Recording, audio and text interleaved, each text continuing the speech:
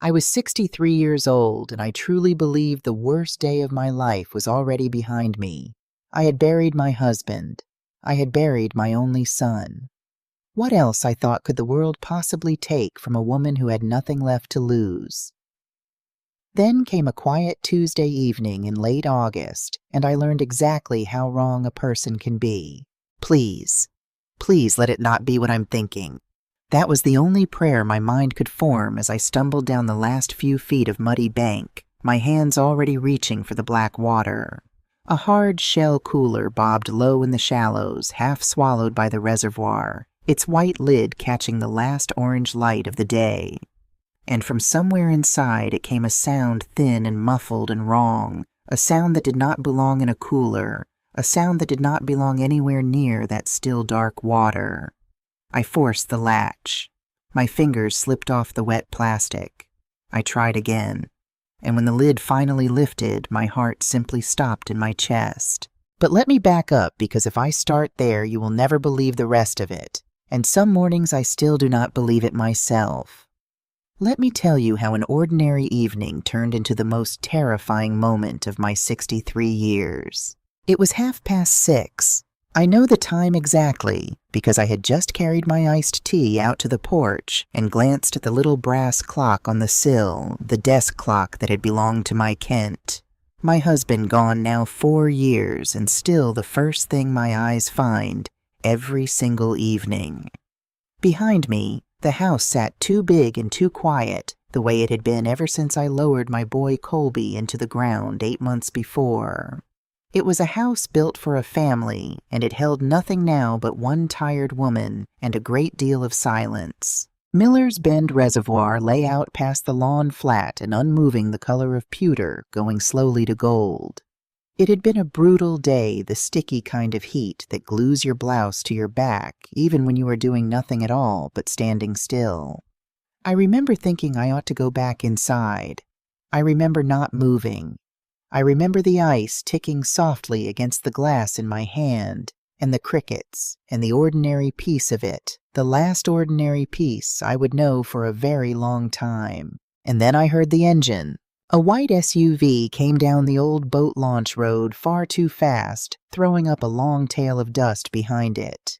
Nobody drove that road like that. It was a dead-end grade down to a launch that no one had used in years, all cracked concrete and cattails tucked into a fold of the shoreline that you could really only see from my porch, from the house where Colby had grown up. I knew every rut in that road. Colby and I used to bump down it in his father's old truck with our fishing poles rattling in the bed, back when the whole world was still ahead of him. You did not drive that road at that speed unless something had gone very wrong. The SUV slid to a hard stop at the water's edge. The tires locked and skated across the loose gravel. The dust rolled forward over the reeds, and I coughed, and the glass slipped right out of my fingers and shattered across the porch boards. I did not even look down. My eyes were locked on that vehicle and on the woman climbing out of it. I knew her the instant she stepped into the light. Tiffany, my daughter-in-law, my dead son's widow. She moved like something was chasing her. Her hair was pulled back and coming loose in strands around her face, and her face itself was blotched and red, the way a face gets after crying or screaming or both. She wore a rust-colored jacket that I half recognized and could not quite place, and she kept throwing glances back over her shoulder at the empty road behind her, as though she expected the whole world to come pouring down it after her. I opened my mouth to call to her. We had not spoken in nearly 3 weeks, not since a short and strange phone call I had been turning over in my mind ever since. But the word died in my throat, because she had gone around to the back of the SUV and she was hauling out a cooler, one of the big hard shell ones, the kind you take on a real trip, and I knew that cooler. God help me, I knew it at once. I had given it to the two of them myself, wrapped in silver paper the week they married. So you can carry your whole life wherever you go. I had told her, and she had smiled that lovely, unreadable smile of hers and thanked me and kissed my cheek. How proud I had been of that gift. How foolish I had been about everything. She carried it toward the water, and it was heavy. I could see the weight of it in the way her whole body canted sideways, in the way her arms trembled, and her steps came short and careful.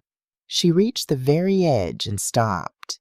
She looked around one final time, quick and low and guilty, the look of a person who has convinced herself that no one in the entire world is watching. But I was watching. I was standing on my own porch, and I saw all of it. "Tiffany," I shouted across the water. My voice cracked and broke over the distance. She did not turn. Perhaps she could not hear me over the blood pounding in her own ears. Perhaps she simply would not. She set her feet, swung the cooler back once, twice, and on the third swing she heaved it out into the reservoir. The splash reached my ears a half-second after I saw it, a flat and heavy slap against the evening quiet. Birds burst up out of the reeds in a panic. The cooler rocked and tipped and began slowly to settle down into the water, and Tiffany stood there for one long moment staring at what she had done, her arms hanging at her sides as though they no longer belonged to her body at all. Then she ran. Back to the SUV, hauling the door shut behind her, gunning the engine before it had even fully caught. The tires screamed against the gravel, and she was gone up the road and into her own dust, leaving behind nothing but a settling cloud, and the ordinary sound of the crickets starting up again, as if nothing at all had happened, as if the evening were still just an evening. I stood frozen on my own porch. 10 seconds. 20. My mind kept trying to fold what I had seen into something ordinary and harmless. She threw out an old cooler. She is cleaning out the garage. She is upset about something, and she came to the water to be alone. But no, you do not drive like the devil himself is behind you in order to throw out a cooler. You do not look back over your shoulder like that. You do not run. Something was wrong. Every nerve I had was screaming it long before my mind was willing to agree. My legs started moving before I had decided anything at all. I went down the porch steps too fast, my garden clogs skidding on the wood, one hand grabbing hard at the rail. Then across the lawn onto the launch road, the gravel biting up through the thin soles into the bones of my feet. My knees flared white hot with every step. My chest went tight as a fist. I had not truly run in more years than I cared to count, and my body made its outrage known with every stride. But I did not stop. The water was maybe 80 yards off, and every single yard of it stretched out under me like a mile. It was only when I reached the bottom of the grade, close enough now that the reeds were brushing wet against my legs, that I heard it. A sound, coming from the cooler out in the shallows. Thin, muffled. A weak and hitching cry that was cut off almost before it had begun, and then a silence that was worse than any sound. My blood turned to ice water in my veins. No. It could not be. I told myself I was imagining it, that it was a bird or a hinge, or the water itself moving against the plastic. "Please, God," I said out loud, "please let it not be what I am thinking," and I said it again and again as I splashed in. The reservoir was colder than I ever expected, shockingly cold as it climbed past my ankles and my shins and my knees. The mud on the bottom grabbed at my feet and sucked one clog clean off. And I let it go. I did not care. The cooler had drifted just far enough that I had to lunge for it with both arms out the water, soaking my sleeves to the shoulder in an instant. My fingers closed on the plastic handle. It was heavier than anything that size had any right to be, and it fought me sluggish and swaying as I dragged it back toward the bank, a foot at a time.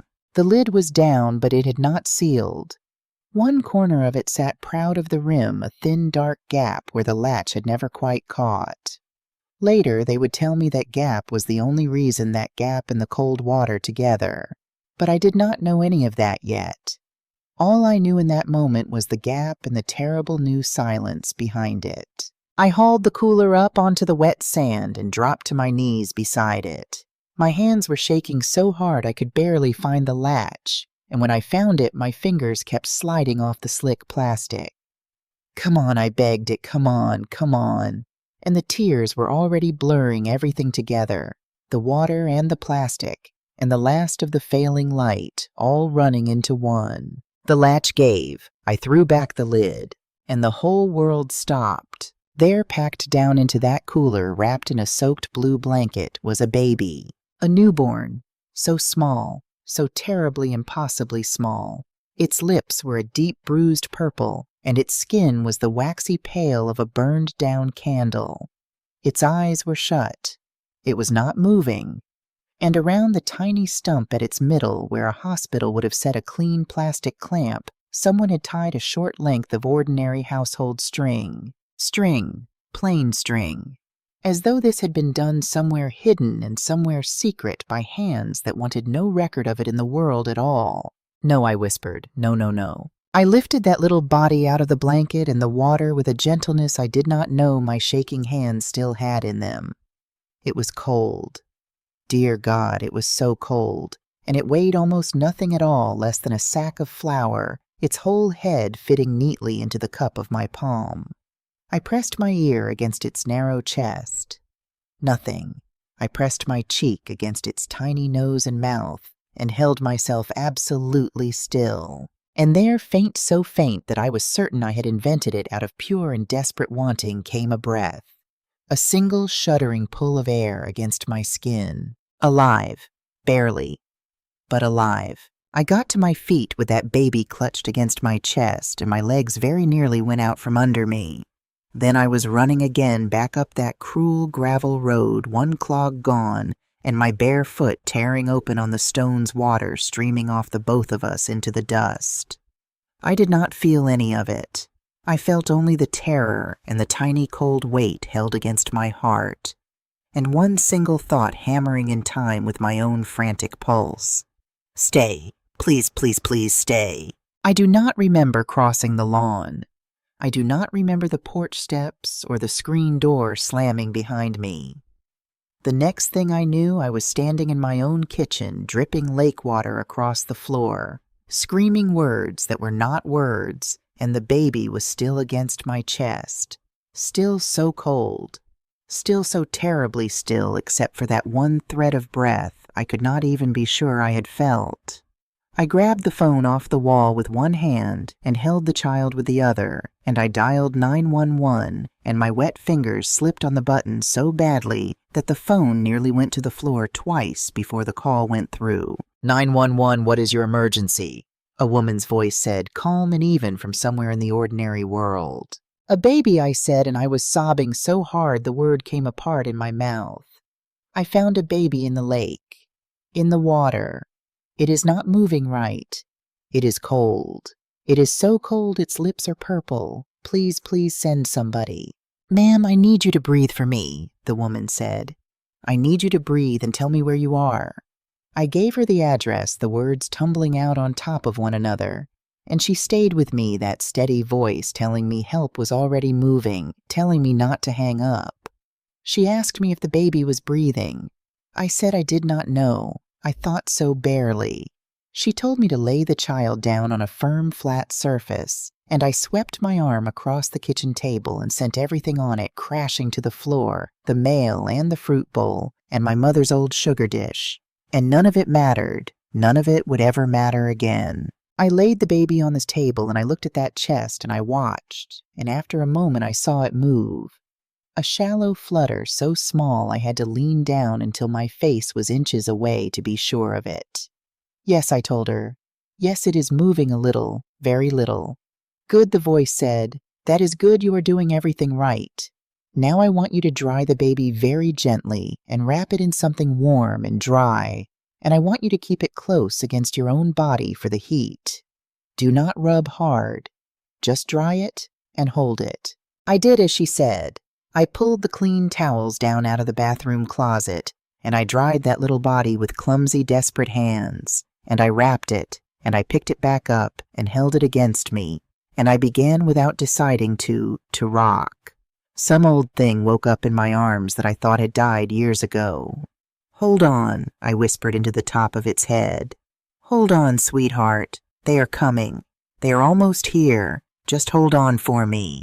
The minutes before the ambulance came were the longest of my life. I sat down on the kitchen floor with my back against the cabinets because my legs would not hold me anymore, and I held that baby and I sang. I could not tell you what I sang. Maybe the same songs I once sang to Colby in the dark when he was small, and the whole night was ours. Maybe only sounds. I just needed that child to know some way down beneath the cold that it was not alone in the world, that a pair of arms had it, that somebody wanted it to live. Then the sirens broke the quiet, and red and white light came sweeping across my kitchen walls, and I was up and at the door. 2 paramedics came fast up the walk, a broad older man with a gray beard and a young woman with dark hair pulled back tight. The young woman took the baby out of my arms with a swift sureness that broke something in me, and she had a stethoscope out and against that little chest before I could even speak. Her face did not change, but I saw her shoulders draw up tight. Severe hypothermia, she said to her partner, and possible water in the lungs we move now. They laid the baby on a small carrier and fitted a tiny mask over its face, and their hands went everywhere at once, quick and certain, and the older man looked up at me and said, "You are coming with us." It was not a question, and I would not have answered any other way. I climbed into the back of that ambulance and sat where they pointed me on the little folding seat, and I could not take my eyes off the child so small in the middle of all that equipment. The doors closed. The siren started up over our heads. The dark countryside began to blur past the windows. "How did you find him?" the young paramedic asked me, never once slowing her hands. "Him. It was the first I knew it was a boy. In a cooler," I said. "In the reservoir. I saw a woman throw it in the water and drive away." She looked up at that. She looked at me for a long moment, and then she looked at her partner, and I saw something move between them that I did not like. Something that was half concern and half a question, and I understood all at once that the story I had just told was the kind of story that changes how people look at you. But it was the truth. It was exactly the truth, and I had no other kind to give. We reached St. Agnes Regional in under 15 minutes. The emergency doors slammed open and a wall of people in scrubs closed around that little carrier and swept it away through a set of double doors, calling numbers and words to each other that I could not follow. I tried to go after them, and a nurse caught me gently by the arm and turned me aside. "You cannot go back there," she said, not unkindly. "Let them work. Come and sit with me." Her name on the badge pinned to her chest was Ruth. She was near my own age, with deep, kind lines around her eyes, and something in the plainness of her steadied me when nothing else could have. She sat me down in a small waiting room with cream-colored walls and hard plastic chairs, and the sharp, clean smell of disinfectant over everything. And she sat down across from me, and she said, "I am going to need you to tell me everything that happened from the beginning as best you can." And I told her. I told her all of it, from the white SUV coming down the launch road to the sound in the cooler to the string tied around that tiny stump, and she wrote it down on a tablet, and she nodded, and she never once interrupted me. When I finally ran out of words, she let out a long, slow breath. "The police are going to want to talk with you," she said quietly. "You understand that. This is not an accident, what happened to that child." And she did not say the word, but it hung in the room between us, all the same dark and enormous, and I felt the whole shape of the night change around it. Ruth brought me a blanket and then a paper cup of tea that I could not drink, and she sat with me while the clock on the wall dragged itself forward. Somewhere past midnight, a young doctor came out to find me. He had circles under his eyes like bruises and hands that smelled of antiseptic soap, and he sat on the edge of the chair beside me. "The baby is stable," he said, "for now. He is in our neonatal intensive care unit. He took in a great deal of cold water, and his lungs are in a bad way, and his body temperature dropped further than a body that size should ever have to come back from. The next 48 hours are going to tell us a great deal."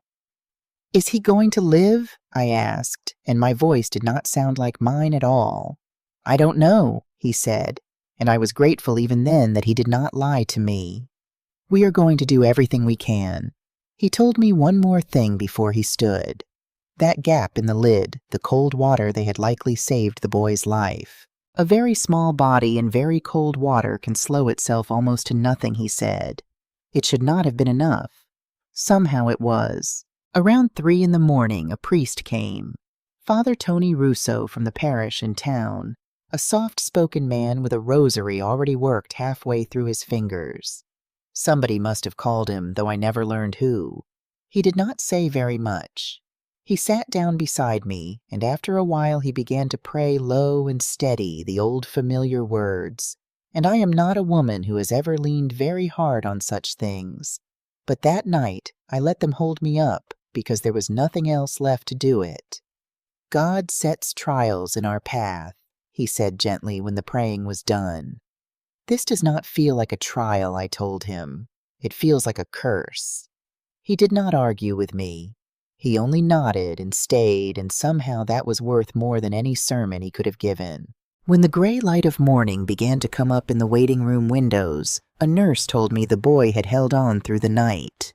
Still critical, still fighting, but still here.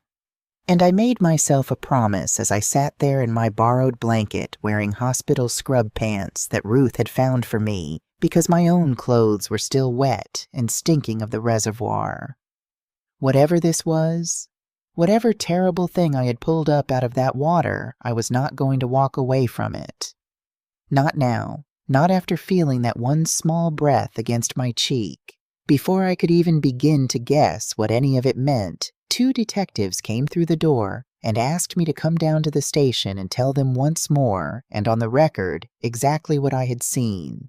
And they told me very clearly that until they said otherwise, I was not to try to contact Tiffany at all. The station was cold and too bright, and the detective who did most of the talking was a woman named Diane Prescott, somewhere in her 40s, with her hair pulled back and dark level eyes that seemed to see straight through whatever you put in front of them. Her partner, a younger man, mostly took notes. They walked me through it again and again, from every angle, the same questions dressed in different clothes. Describe the vehicle. What time exactly? Where were you standing? How far? What did she wear? How did she carry it? I answered all of it as steadily as I could, and Prescott wrote and nodded and watched me. And something in the way she watched me made me feel guilty of a crime I had not committed. Then, on the second morning, she came to the hospital to find me, and she was carrying a folder, and I knew before she opened it that something had turned. "Mrs. Paula," she said, sitting down across from me, "I need to go over a few things because some inconsistencies have come up." Inconsistencies. The word landed in my stomach like a swallowed stone. She opened the folder and laid a photograph on the little table between us. It was Tiffany's white SUV, plain as day license plate and all. But it was not at the reservoir. It was sitting in the lot of a gas station under those hard white lights, and Prescott tapped the corner of the picture where the time was stamped. "This was taken by the station's camera," she said. 15 miles from your property, at 6:40 in the evening, 10 minutes after you say you watched her at the water." I stared at that photograph until the numbers swam. "That is not possible," I said. "You cannot drive from my launch road to a gas station 15 miles off in 10 minutes. Nobody could. I know what I saw. I saw her. I saw her throw it in." Prescott did not raise her voice. "Are you certain it was Tiffany?" she asked. "How close were you, honestly?" And I had to sit with that because honesty was the only thing I had. 80 yards, I said. Maybe more. I saw her back for much of it. The hair, the build, the SUV, the rust-colored jacket. I was sure. But now with that photograph in front of me and that timestamp glowing, I heard my own certainty thin out in my voice, and I hated it. Prescott leaned forward. "I am going to ask you something plainly," she said, "and I want a plain answer. What is your relationship with your daughter-in-law? Do the two of you get along?" And there it was, the real question, the one I had felt coming since the first uniform walked through the door. Because we had never gotten along, Tiffany and I, not from the first afternoon Colby brought her home with that lovely, careful smile of hers. Something about her had always sat wrong with me, too polished, too watchful, always with one eye on what a thing cost. "We are not close," I admitted. "Do you blame her?" Prescott asked, "for your son's death?" "The accident. That is what everyone had called it. Colby driving home alone one rainy night after a dinner out, the car sliding off a wet curve and into a tree, gone before the ambulance ever reached him. It had always sat wrong with me, the neatness of it, the timing of it, but I had never had a single thing to point to but a grieving mother's suspicion, and I knew exactly how that sounded. "I don't see what my son has to do with this baby," I said. "It has everything to do with it," Prescott answered, closing the folder. "Because we cannot find Tiffany. Her house is empty. Her phone is off. And right now, the only person in the world who claims to have seen her yesterday is you." Her words went through me like cold water. She was not accusing me outright, but the shape of it was there, unmistakable, right out in the open between us. She thought I might have found this child some other way and hung it around the neck of a daughter-in-law I had never liked. "I did not lie to you," I said through my teeth. "I saw what I saw." "Then help me prove it," she said, standing. "Because if Tiffany is that baby's mother, she may be in real danger herself. And if she is not, then we have a far larger mystery on our hands than either of us wants." She left me a card with her number, and she walked out, and I sat there holding it, wondering for the first time whether I could even trust my own eyes. That afternoon, another kind of trouble arrived, softer but no easier. A social worker named Jenna Wallace Young, no more than 26, with short hair and a gray suit and a professional smile that never quite reached her eyes. She sat beside me with a clipboard and asked me about my life the way a person reads items off a list. Did I live alone? Yes. Did I have a stable income? My late husband's pension, I said, and some savings. Any criminal history? None. Any history of mental health difficulties, depression, anxiety? I hesitated because I have never been a liar, and then I told her the truth. After my son died, I took an antidepressant for about 3 months. My doctor said it was ordinary, that grief sometimes needs a little help, and I stopped when I felt steadier. That was all. She wrote something down that I could not see, and it frightened me more than anything Prescott had said. "The baby will need somewhere to go when he is discharged." "If he is discharged," Jenna told me. "Since we have no family and an open investigation, he will go into the care of the state. A certified foster home. You would be able to visit in time under supervision. State care." The words did something to me I did not expect. That child whose one cold breath I had felt against my own cheek, whose weight I had carried up that gravel road with my heart hammering, was going to be handed to strangers, to a system, to people who would see him as a case number and a file. And what if I said before I even knew I was going to say it, what if I wanted to take care of him myself? Jenna looked at me the way you look at someone who has said something a little sad. "Mrs. Paula," she said gently, "you are 63 years old. You are not a certified foster parent. You have no legal relationship to this child, and you are connected right now to an active criminal investigation. Your age and your recent history, these are things we would have to weigh very seriously." I felt the slap of it even through her kindness. Too old, too fragile, too tangled up in all of it. Maybe she was right. Maybe it was madness even to think it. But every time I closed my eyes, I saw that small, waxy face, and I knew with a certainty I could not explain to anyone that no one else on this earth would love that boy the way I already did. I could not eat, and I could not sleep, and on the 5th day, when Ruth pressed me to at least go home and stand under a hot shower and lie down in my own bed for a few hours, I finally went. I drove home in the last of the light with the reservoir shining on my right, and I could not help myself. I stopped at the launch. I got out and walked down to the shore to the exact place, and the cooler was gone taken as evidence, but I could see the drag marks still cut into the dried mud and my own single footprint, and the place where one clog had come off.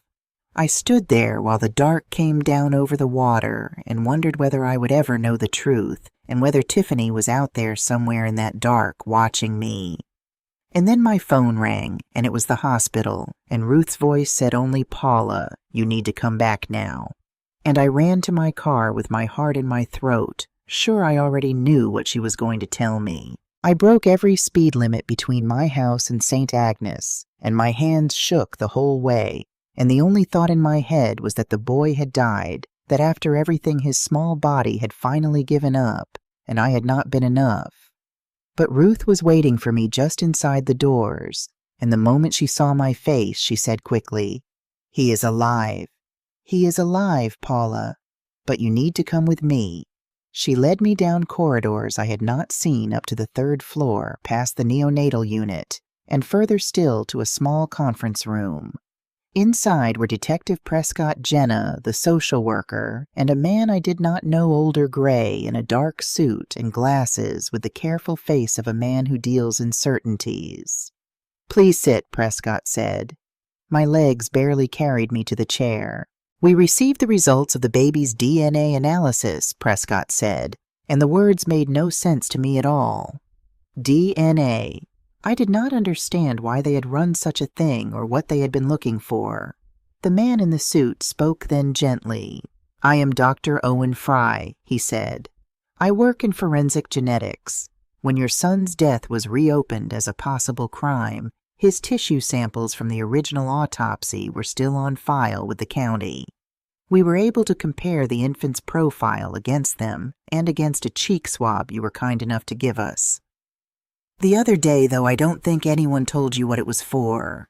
He paused, and he looked at me with something close to tenderness. "Mrs. Paula, this child is your grandson. He is your son Colby's boy. There is no doubt of it." The world stopped. I heard the words. My mind simply refused to take them in. My grandson. It was not possible. Colby had been in the ground 8 months. There had been no pregnancy, no announcement, nothing ever. "That cannot be," I whispered. "The results are conclusive," Dr. Fry said as kindly as such a thing can be said. "He shares almost exactly 1/4 of your DNA. He is your son's child, my son's child, my Colby." It felt as though someone had swung a hammer into the center of my chest. Colby had a son he had never held. A son that someone had sealed into a cooler and thrown into a lake. But how, I said, and my own voice came to me from very far away. "He died 8 months ago. Tiffany never said one word about a baby." "Exactly," Prescott said, leaning in. "By our best medical estimate, this child was born 4 or 5 days ago, full term. Which means Tiffany was already pregnant when Colby died. Which means she carried this baby for 9 months, in secret told no one, gave birth to him alone somewhere, and then drove to the water. She knew the whole time." The room turned slowly around me. Why, I said. Tears were coming now, and I could not stop them. Why would she do such a thing? It is her own child. It is Colby's child. That, Prescott said quietly, is exactly what we mean to find out. But there is more. And I need you to listen to me very carefully now. I braced myself against the edge of the table. "When we reopened your son's accident, she said we had his vehicle examined again properly this time. The first report called it a skid in the rain. It was not. Someone had cut the brake line. Your son's car was tampered with. Colby did not die in an accident, Mrs. Paula. He was murdered." The word dropped into the room like a stone into a well, and I felt the bottom go out of everything. "Murdered. My boy. Tiffany," I said, and it was not a question. "She is our primary suspect," Prescott said. "But she has vanished. She has not touched her phone or her bank accounts. It is as though she stepped off the edge of the earth. And there was a motive already taking shape," she told me, laying it out plainly. Colby had carried a life insurance policy of $250,000 with Tiffany as the beneficiary. 4 months ago, the policy paid out, and within 2 weeks, Tiffany had moved the entire sum offshore to an account in Panama where it was proving very hard to follow. I got up. I could not sit still under the weight of it. I went to the window and put my hand flat against the cold glass and looked out at the ordinary lights of the town. All those people living their ordinary evenings while I stood inside a nightmare that would not end. And then Prescott said the thing that finally made me turn back around. There is one more piece, and it clears you completely, so I want you to hear it. We had that gas station photograph re-examined. Their recording system's internal clock was running nearly 40 minutes fast, a common enough thing nobody had ever reset it. And the automatic plate readers on the county highway picked up Tiffany's SUV leaving the area of the reservoir after the time you gave us heading away fast. You were never wrong. You saw exactly what you said you saw. She was there, and then she ran.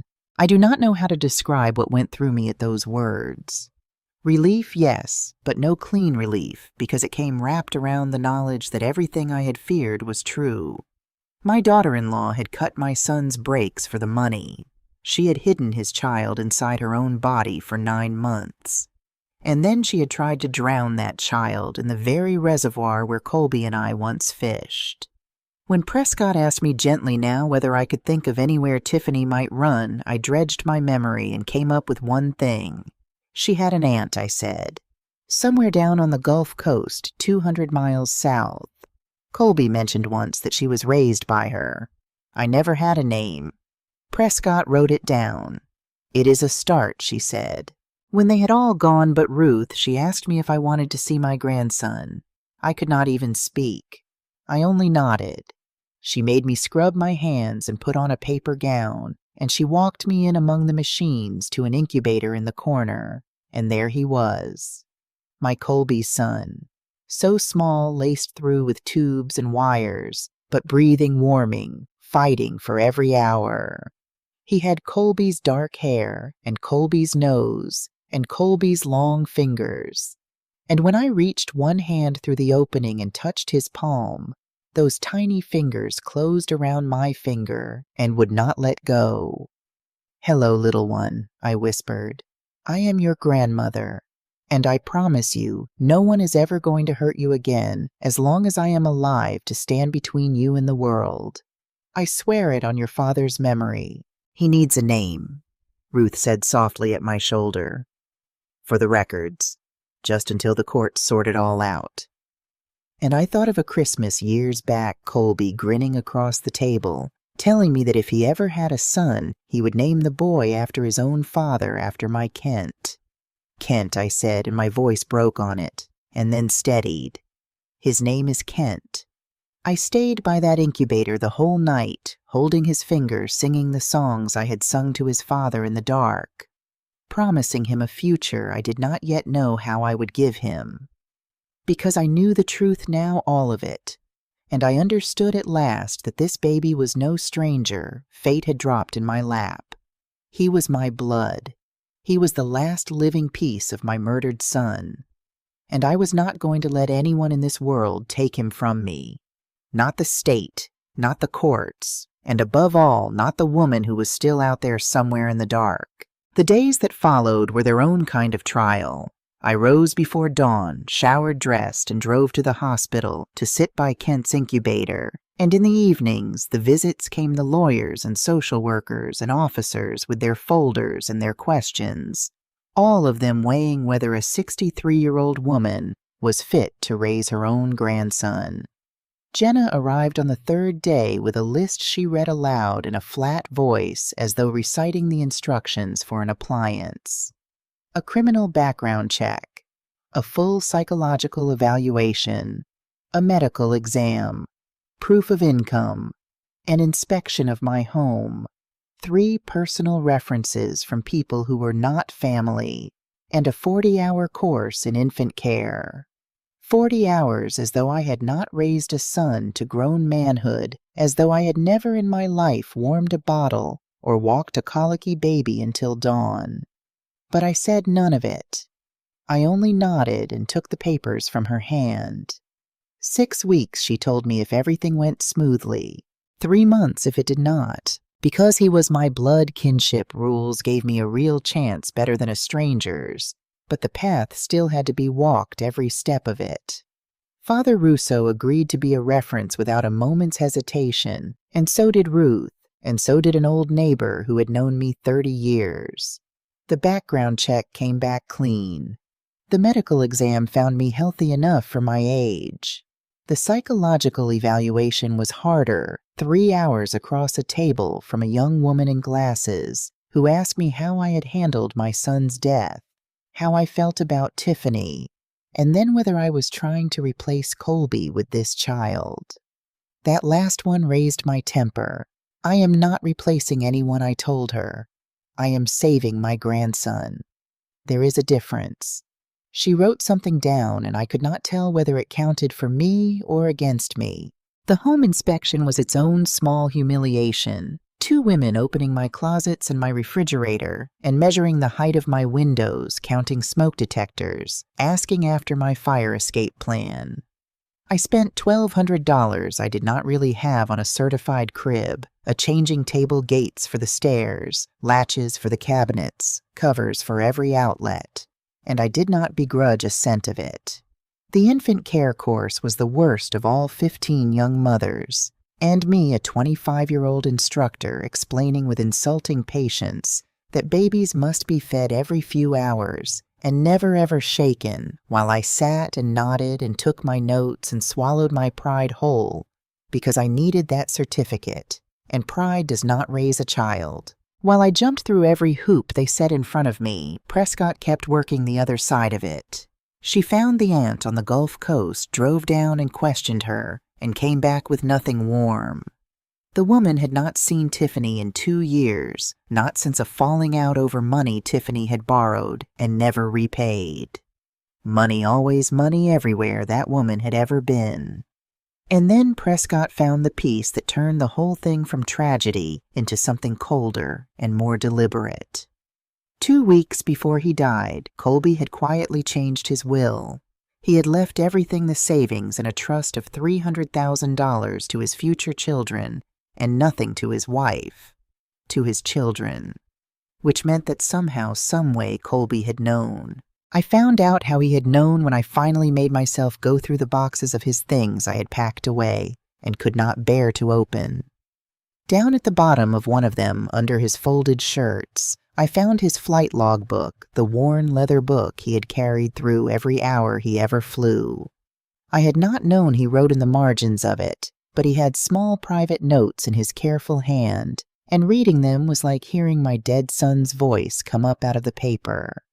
The early entries were nothing weather and roots and the ordinary joys of a young pilot. Then, a little over a year back, a new name. I met someone today. Her name is Tiffany. Beautiful and sharp, and something about her I cannot quite read. The notes grew more frequent and more uneasy. Sometimes I feel I do not really know her. She never speaks about her family. When I ask, she changes the subject as though her whole life began the day we met. Then worse. Found Tiffany going through my bank statements again. She said she was only curious. Why would she do that without asking? And then the one that stopped my breath, dated a month before his death. Tiffany is pregnant. I found the test in the bathroom. When I asked her, she was furious. Said she does not want it, says a baby will ruin her life. How can she say that about our own son? I changed my will today. Everything goes to the child now. I do not trust her with money, not after the shoes, the bags, the way she is always reaching for more. But a baby is not a handbag. A baby is a life, and I am going to protect this one whatever it costs me. The last entry was from the very day he died. Tiffany threatened me tonight. Said I would regret pushing her about the baby. I don't fully understand it and it frightens me. I am going to sit down with Mom tomorrow and tell her everything. I only know I cannot let anything happen to our son. I will protect him. Always. He never got his tomorrow. He died that night on a wet curve, and I never knew he had been afraid. I brought the logbook to Prescott the next morning, and she read every page with her jaw going tighter and tighter. "This is premeditation," she said. "This is motive in his own hand." And there was more coming because her people had been pulling Tiffany's old phone records, and in the week before the crash, Tiffany had called a mobile car detailer named Travis Boone 3 times. They brought Boone in, and at first he said nothing, but when they set the bank records in front of him, $2,500 moved to him the day before Colby died, he came apart.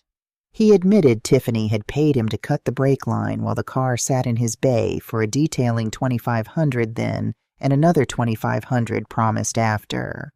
He owed $18,000 to men who do not forgive debts, he said, as if that made it something a person could live with. He is under arrest now, an accomplice to murder, and it did not make me feel 1 ounce better because my son was still dead, and his child was still down the hall fighting to breathe, and the woman who had done all of it was still out there in the world. 6 weeks after I pulled him from the water, I stood before a judge, a woman in her 50s with iron gray hair and a face that was stern without being cruel. And she read through every page of my file, the certificates and the references and the reports, and she looked up at me and said that mine was a most unusual case. A woman my age seeking custody of a newborn, but that it was also unusual for a grandmother to pull her own grandson out of a lake. She had spoken with the hospital and the social workers and my references, and they all said the same thing, that I was devoted and capable, and that the boy was lucky I had been there that day. And so she granted me temporary custody for a period of 6 months, with monthly visits and evaluations, at the end of which the court would decide whether it would become permanent.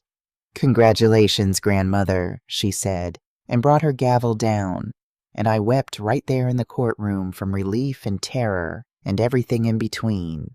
3 days later, I took Kent home. Ruth helped me settle him into the car seat and went over everything one more time, and I drove the whole way at 20 miles an hour with my heart in my mouth.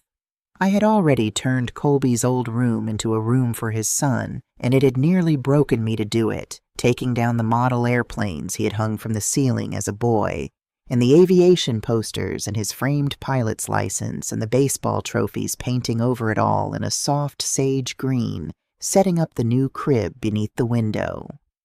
Colby was gone, his son was alive, and the boy needed a place to grow. Father Russo came and blessed the little room, sprinkling holy water in the corners, praying for the child's protection and for my strength and for justice for Colby. I carried Kent inside and laid him in his crib and stood over him a long time, watching him breathe safe under my roof at last. And then 3 weeks into the fragile new piece of it, my phone rang from a number I did not know, and against every instinct I answered it, and a voice I would have known anywhere said softly, "Hello, Paula." My blood turned to ice and I nearly dropped the phone. I looked around my own living room as though she might be standing in the shadows of it. "Where are you?" I managed to say. "It doesn't matter where I am," she answered, and there was a horrible calm in her voice. "What matters is that I have something you want, and you have something I want." "You have nothing I want," I said. "Oh, but I do," she said. "I want my son, and I want the money." I heard the whole plan then laid out in that flat, reasonable tone. She wanted cash enough to disappear across a border for good, and she wanted me to bring the baby to prove I would come alone and do as I was told. And if I so much as thought about calling the police, she said she would vanish, and one day somehow she would take Kent from me anyway. She said she was his mother, that a court would favor her over an old woman, that she would tell them I had stolen her child, and made up a wild story about a lake. Her word against mine, she said, and I am younger and I cry very prettily. I knew it for the bluff it was even as it turned my stomach. A woman wanted for murdering her husband was not going to walk into any courtroom and win anything. She did not want that baby to raise. She had already tried to send him to the bottom of a reservoir. What she wanted was money to run, and she wanted me at that meeting because I was the one living soul who had watched her at the water and could put her there, and a witness is a loose end. But I did not say any of that. What I did with my free hand shaking was reach for my own phone and start it recording, and then I kept her talking. "What do you want?" I said.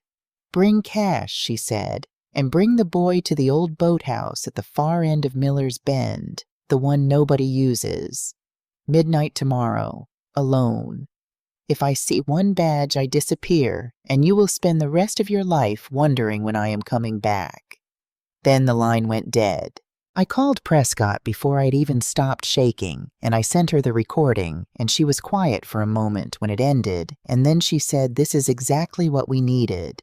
She wanted to set a trap, and she wanted me at the center of it, and I could hear how much she hated to ask. Her superiors fought it, she told me later. But there was no one else. Tiffany would meet no one but me, so they built the whole thing around keeping me alive. They fitted me with a wire the size of a shirt button and a panic signal I could trigger 3 times to bring them in, and over my protests that I would look wrong in it, they put me in a soft body armor vest hidden beneath the same rust-colored coat that had started all of this. There would be marksmen on the 2 adjacent roofs with a clear line through the boathouse windows, and an entry team folded into the dark 30 feet from the door. And Kent, my Kent, would be miles away and safe in Ruth's arms the whole time. "You will not bring him," Prescott said. "You will only make her believe you have." And I nodded, and I kissed my grandson's soft head that evening as though I might not come back, and I whispered to him that his grandmother loved him, and that tomorrow, one way or another, he was going to be safe forever. The next night, the boathouse was black and rotten and smelled of old water and diesel exactly as I remembered it from the summers when Colby and I fished off the dock behind it, back in the simpler, happier world. I drove myself with Prescott folded down out of sight in the passenger seat until she slipped away into the dark a quarter mile out. At midnight, my phone buzzed. Inside. Alone. Now. I pushed open the door, and it shrieked on its hinges, and the sound went echoing off the empty walls, and I stepped into the dark with my heart slamming against the vest they had strapped to my chest. "Close the door," said a voice from the shadows, and I closed it. My eyes adjusted slowly, and then I saw her standing in the center of that ruined room, thinner than I remembered, her hair cut short and dyed a dark auburn, but her unmistakably her. "You came," she said, and she sounded almost surprised. "You said you wanted to talk," I said. "I want my son, and I want the money," she said. But I needed more from her than that, and so I gave her the one thing people like Tiffany can never resist. I asked her why. Why Colby? Why the baby? And she laughed, that cold, humorless sound I had heard on the phone, and she told me. She told me all of it, standing there in the dark, proud of her own cleverness. Every word of it dropping onto that little button beneath my collar and out into the night where they were listening. She had married Colby for what he earned and what he was insured for. She said in investment she called him a romantic fool who talked about love and family while she counted the years until she could take half of everything and go. Then the pregnancy ruined the timeline, and worse, Colby had learned of it and changed his will so that his death would send the real money not to her, but to the child. So she adapted. Kill Colby while she was still the beneficiary, collect the insurance. Have the baby because a stillbirth invites questions, and then be rid of the child too quietly and keep it all. She had paid Boone $2,500 to cut a brake line, and she said it was the finest investment she ever made. She had carried the baby in secret in loose clothes, avoiding everyone, even me, and given birth alone in a rented cabin paid for in cash. And when it was done, she had thought of the reservoir of the quiet, unused launch where no one ever went, and it had seemed almost poetic to her to end it where our little family had begun. She had never once imagined that the old woman on the porch a quarter mile off could see that fold of the shore at all. "You failed," I said. I pulled him out. Yes, she said that was inconvenient. And then she drew the revolver out of her coat, small and black, and pointed at the center of my chest, and she said, "But I am going to finish the job now. Where is my son Paula?" "He is not here," I said, "and he is never going to be anywhere near you again." And I pressed the panic signal once, twice, 3 times. Her finger tightened on the trigger. Everything after that happened at once and yet terribly slowly. I saw the muzzle flash before I heard the shot, and something struck me high in the shoulder above the edge of the vest, hot as a brand, and I went down onto the rotten boards. And then the whole boathouse exploded into light and noise, the doors bursting inward, voices screaming, "Police, drop the weapon, get down!" And Tiffany spun toward the guns leveled at her from every side. For one long instant, I truly thought she would raise the revolver and make them do it. But she looked at all those weapons, and she saw that she had finally at last lost, and she let the gun fall from her hand and clatter to the floor. They had her face down and cuffed in seconds, screaming curses that meant nothing anymore, and Prescott was on her knees beside me, pressing hard against my shoulder, saying, "Stay with me, Paula, we got her, she is finished." And I closed my eyes on that cold, wet floor, and for the first time in 8 months, I let myself rest. I woke again in a hospital bed, and this time it was not despair that filled the room, but something quieter and stranger, something close to peace. The bullet had passed through the muscle of my shoulder and missed the bone, and the doctor told me that 2 inches to the left would have found my heart. Ruth was in the chair beside me when I opened my eyes, and in her arms was Kent. And when she saw me looking, she smiled and brought him to me and laid him carefully in the crook of my good arm, and he made those small, contented sounds that babies make, and I breathed him in powder and warmth and life, and I told him that his grandmother was going to be just fine. Prescott came the next day. Tiffany was in custody, she told me, and she would not be leaving it.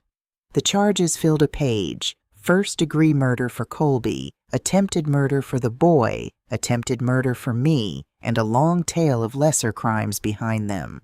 Conspiracy and fraud and flight. There would be a trial, she warned me, and it would not be quick. These things move slowly and honestly, and I would have to stand up in front of a jury one day and tell it all again. I told her I would tell it 1,000 times if that was what it took.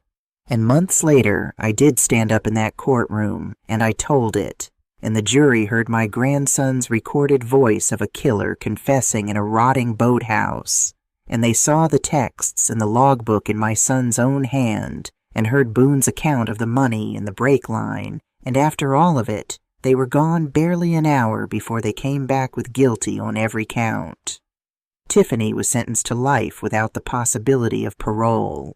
And because the law does not let a person profit from the life she has taken, the court stripped her of everything of Colby's move to claw back the insurance money she had hidden away, and preserved the trust, all $300,000 of it, for the boy it had always been meant for.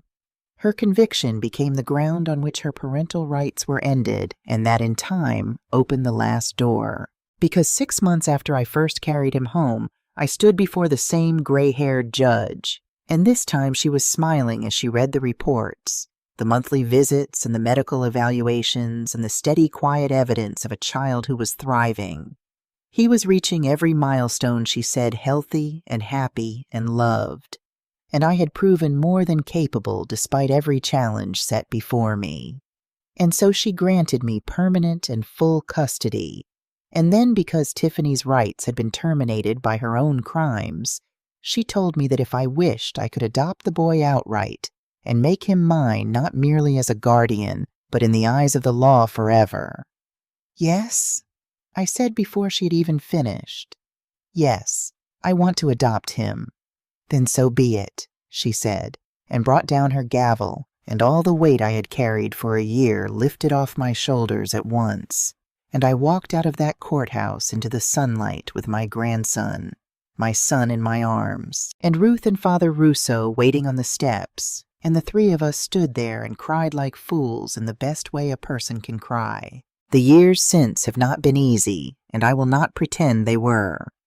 There were sleepless nights that left me hollow, and days when my old body ached in ways a younger woman's would not, and quiet moments when the fear crept back in and I checked the locks twice. But there were also mornings I would not trade for anything the world could offer the first time his tiny hand closed around my finger and held on. The first time he quieted at the sound of my voice. The first time he looked up at me with Colby's dark eyes as though I were his whole world, which by then I was. He walked at 11 months. His first word was Grandma, and I sat down on the kitchen floor and wept. He learned Colby's name from photographs, and I told him over and over your daddy was good and brave, and he loved you before he ever met you, and he gave everything he had to keep you safe. Daddy Hero Kent would say in his small, sure voice, and I would say, yes, my love, your daddy was a hero, and you are going to grow up just as good and just as brave. On his 5th birthday, we filled the yard with balloons and cake and every child in the neighborhood, and I sat on the porch and watched him run laughing through it all, so full of life, so utterly unlike the still cold thing I had lifted out of that cooler 5 years before. And Ruth sat down beside me and asked what I was thinking. About that evening, I told her. About how I could have been 5 minutes late. How I could have gone inside instead of standing on the porch. How everything might have been different. But it wasn't, she said. You were there. And I think that was Colby's doing, I told her somehow. That he turned my eyes toward the water at the one moment it mattered because he trusted me to finish what he started. Maybe, she said. Or maybe you are simply a stubborn old woman who refused to give up. Maybe both, I said, and we laughed, and out in the yard my grandson called for me to come and see. That night, after the last guest had gone, and Kent had finally fallen asleep worn out with joy, I stood in the living room in front of the photographs on the wall. Colby as a baby, Colby in his cap and gown, Colby in his first uniform grinning by the nose of a plane, and beside them, the new one's Kent in the incubator. Kent taking his first wobbling steps, Kent on his first day of school. 2 generations joined by love, torn apart by one woman's greed, and stitched back together by a single breath on a cold shore. We did it, Colby, I whispered to his picture. Your son is safe. He is happy. He is growing up strong and good exactly the way you wanted. And though I know he could not answer me, I felt something in that quiet room, a warmth, a settling as though somewhere he had heard and was at peace. I do not know what the years ahead will hold. I know I will not see all of them. I know there will be hard days and things I cannot give him, and questions one day that I will have to find the courage to answer. But I also know that every single day I have been given with that boy has been a gift I never expected and did not deserve.